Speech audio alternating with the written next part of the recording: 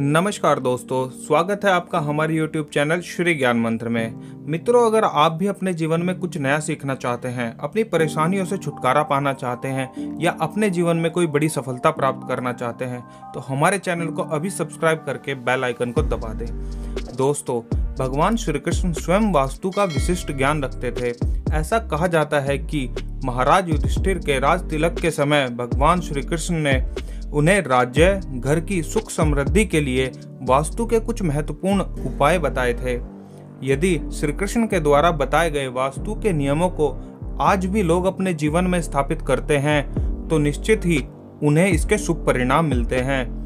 भगवान श्री कृष्ण के अनुसार यदि घर में ये 5 चीजें होती हैं तो ऐसे घर में कभी दरिद्रता निवास नहीं करती, साथ ही सकारात्मक ऊर्जा का भी वास होता है।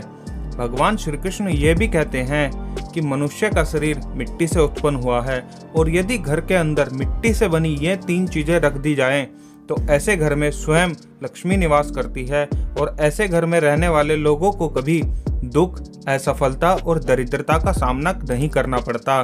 तो चलिए जान लेते हैं भगवान श्री कृष्ण के अनुसार हमारे घर में कौन सी चीजें होनी चाहिए और साथ ही ये भी जानेंगे कि वो कौन सी 3 मिट्टी की चीजें हैं जिनका आपके घर पर होना बहुत आवश्यक है।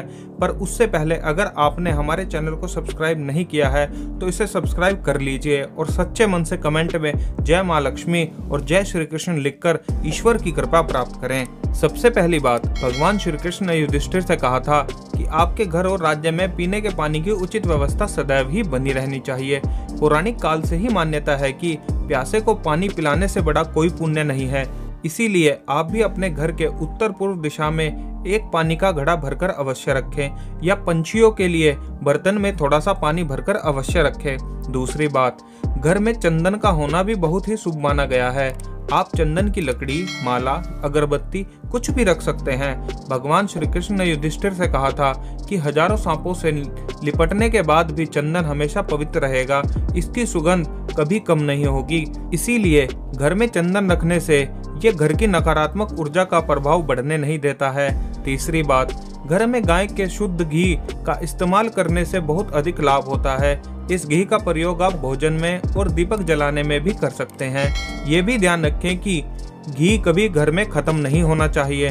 चौथी बात, श्री कृष्ण कहते हैं कि शहद का होना बहुत ही शुभ माना गया है।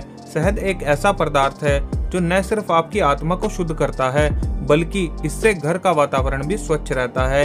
यही कारण है कि पूजा पाठ में शहद का इस्तेमाल सर्वोपरि माना गया है। पांचवी बात, माँ सरस्वती को वीणा वादनी कहा गया है।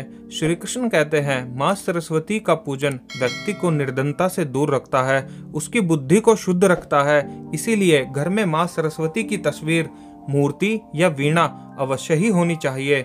आइए अब जानते हैं भगवान श्री कृष्ण के अनुसार घर में मिट्टी की बनी कौन सी 3 चीजें रखना लाभकारी होता है। पहली चीज, मिट्टी का घड़ा। मिट्टी के घड़ों की जगह आज के समय में फ्रिज ने ले ली है, इसीलिए कई घरों में मिट्टी का घड़ा नहीं रखा जाता।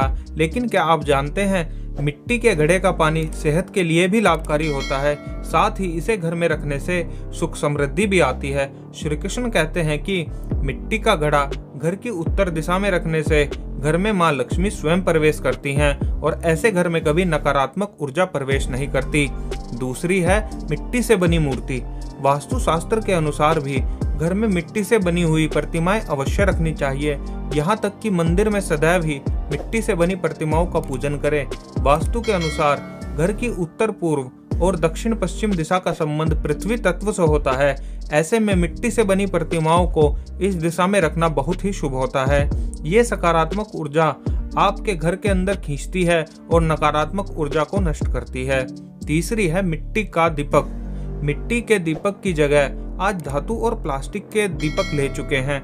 आमतौर पर मंदिर में दीपक जलाने के लिए लोग मिट्टी के नहीं धातु के दीपक का प्रयोग करते हैं, लेकिन वास्तु के अनुसार मिट्टी से बने दीपक जलाना ही शुभ होता है। कहते हैं कि ऐसा करने से घर में सुख समृद्धि का वास होता है। तो दोस्तों, ये थी वो 3 मिट्टी से बनी चीजें जो भगवान श्री कृष्ण के अनुसार प्रत्येक मनुष्य के घर में अवश्य ही होनी चाहिए। दोस्तों, अगर यह वीडियो आपको पसंद आया है तो वीडियो को लाइक करें, कमेंट में सच्चे मन से जय श्री कृष्ण, जय माँ लक्ष्मी लिखकर ईश्वर की कृपा अवश्य प्राप्त करें और जाते जाते हमारे चैनल को सब्सक्राइब करके बेल आइकन को जरूर दबा दें। धन्यवाद।